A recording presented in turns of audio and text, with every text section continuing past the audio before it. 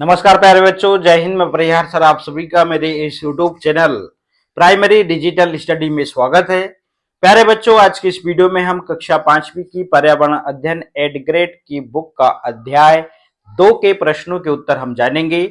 आप सभी को कक्षा 5वीं की पर्यावरण अध्ययन एड ग्रेड की बुक ओपन करना है और अध्याय 2 आपको निकाल लेना है। बिना देर के हुए हम वीडियो की शुरुआत करते हैं और हम प्रश्नों के उत्तर हम जानते हैं। तो जैसा कि आप स्क्रीन पे देख रहे हैं, ये अध्याय 2 है और इस अध्याय का नाम है कहानी सपेरों की। आइए प्रश्नों को कंप्लीट करते हैं। वस्तुनिष्ठ प्रश्न है। पहला है, निम्न में से कौन सा बाजा सूखी लौकी से नहीं बनाया जा सकता? तो आप देख रहे हैं ऑप्शन 4 है, जिसमें ऑप्शन तीसरा सही है, ढोल, और आपको यहां पे लिख देना है। अगला प्रश्न है, मैं किसानों का मित्र कहलाता हूं, किसानों की फसल चूहों से बचाता हूं, त्योहार पर किसान मेरी पूजा करते हैं। ऑप्शन 4 है, जिसमें ऑप्शन दूसरा सही है, सांप, और आप यहां पे लिख देंगे। अगला प्रश्न है, भारत देश में पाए जाने वाले सांपों में से जहरीले सांपों का समूह है। तो आप देख रहे हैं ऑप्शन 4 है, जिसमें ऑप्शन चौथा जो है वो सही है, और आप लिखेंगे नांग, दुबोइया और करैत। ठीक है ना। इस प्रकार से ये प्रश्न कंप्लीट। अगला प्रश्न है, एक लड़की काले कपड़े पहनकर सांप की मुद्राओं में नृत्य कर रही थी, यह नृत्य कहलाता है। ऑप्शन 4 है, जिसमें ऑप्शन तीसरा सही है, और लिख देंगे काल बेलिया। अगला प्रश्न है, रिक्त स्थान भरिए, हमारे देश में पाए जाने वाले कुछ सांप खालिस्तान होते हैं, जहरीले। तो आप यहां पे लिखेंगे जहरीले। अगला है, सांप के जहर से बचाव की दवाई सीरम खालिस्तान के जहर से ही बनाई जाती है, मतलब सांप के जहर से ही बनाई जाती है। यहां पे लिखेंगे आप सांप। अगला प्रश्न है, सरकार ने कानून बना दिया है कि ना तो कोई जंगली जीवों को पकड़ सकता है और ना ही उन्हें अपने पास रख सकता है। इससे सपेरों की जो है आजीविका है, रोजी रोटी है, में कठिनाइयां होंगी। तो आप आजीविका यहां पे लिख देंगे।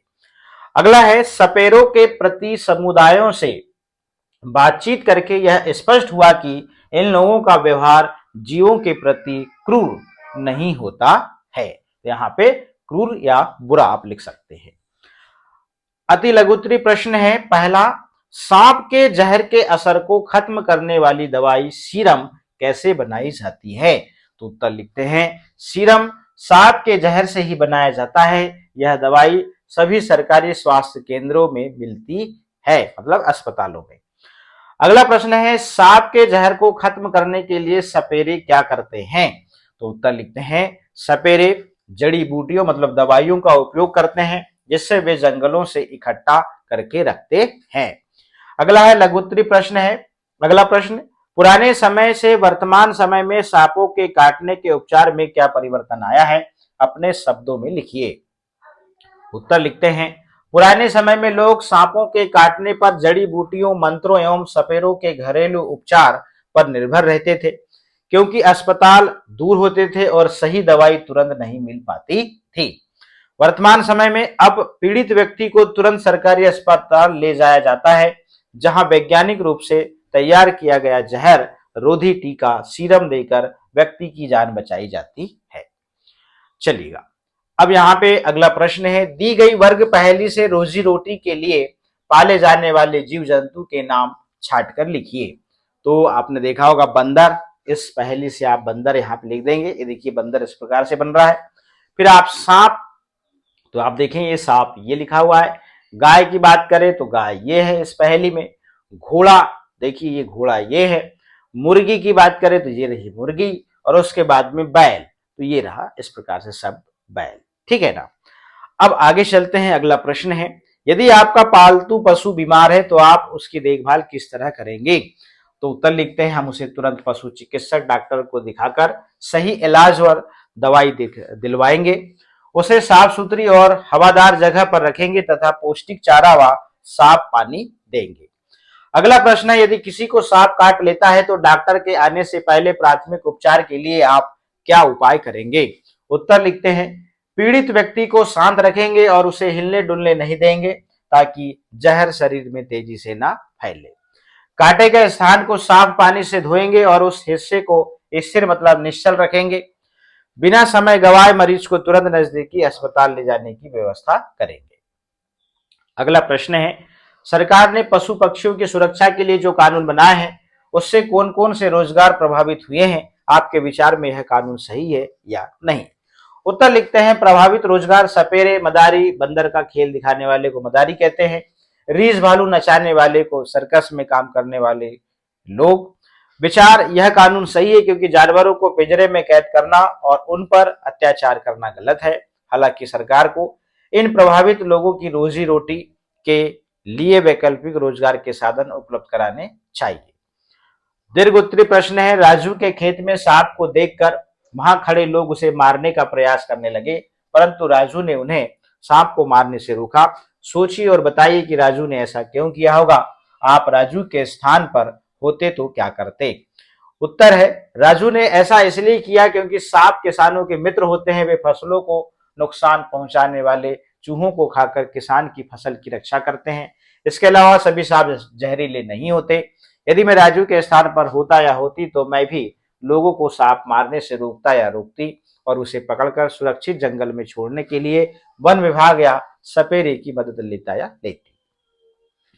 अब यहाँ पे देख रहे हैं चित्र ए और चित्र बी, देख रहे हैं आप। इस प्रकार से देखकर दिए गए प्रश्नों के उत्तर देखिए। यहाँ पे बाघ आप देख रहे हैं यहाँ टहल रहा है और यहाँ पे ये पिंजरे में कैद है।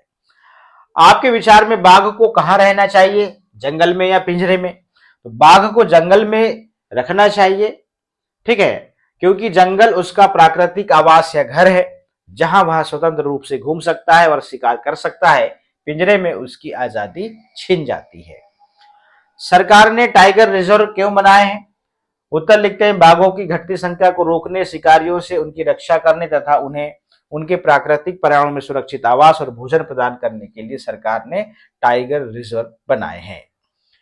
अगला प्रश्न है, आपने सर्कस में कौन कौन से जीव देखे हैं? सर्कस के जीवों के प्रति आप कैसा महसूस करते हैं? तो उत्तर लिखते हैं, जीव सर्कस में शेर, हाथी, भालू, बंदर और तोते आदि जीव देखे हैं। महसूस, मुझे सर्कस के जीवों के प्रति दया और दुख महसूस होता है क्योंकि उन्हें रिंग मास्टर के चाबुक के डर से कर्तव्य करने पड़ते हैं और उन्हें छोटे पिंजरों में बंद रखा जाता है। प्रोजेक्ट कार्य है, आपके आसपास अपनी आजीविका के लिए जीव जंतुओं पर निर्भर लोगों का पता लगाकर दी गई सारणी में लिखिए। जीव जंतु का नाम जैसे गाय भैंस लिखें, पालने वाले का नाम दूध वाला या ग्वाला कहते हैं। जीव जंतु से मिलने वाली वस्तुएं दूध, दही, गोबर और खाद। मुर्गी की बात करें तो मुर्गी पालक कहलाता है, ठीक है ना, या पोल्ट्री फार्म कहलाता है इसको पालने वाला। फिर यहाँ पर अंडे और मांस इससे जो है मिलते हैं। घोड़ा की बात करें तो पालने वाले का नाम इसमें तांगे वाला, और इससे मिलने वाली जो चीज है वो क्या है, सवारी और सामान ढोने की सुविधा प्राप्त होती है। इस प्रकार से ये प्रोजेक्ट कार्य है। तो प्यारे बच्चों, हमने इस वीडियो के माध्यम से कक्षा 5वीं पर्यावरण अध्ययन एडग्रेड की बुक का अध्याय 2 जो है हमने कंप्लीट कर लिया। आज के इस वीडियो में इतना ही, फिर मिलेंगे हम नेक्स्ट वीडियो में नेक्स्ट चैप्टर के साथ में। आप सभी का बहुत बहुत धन्यवाद।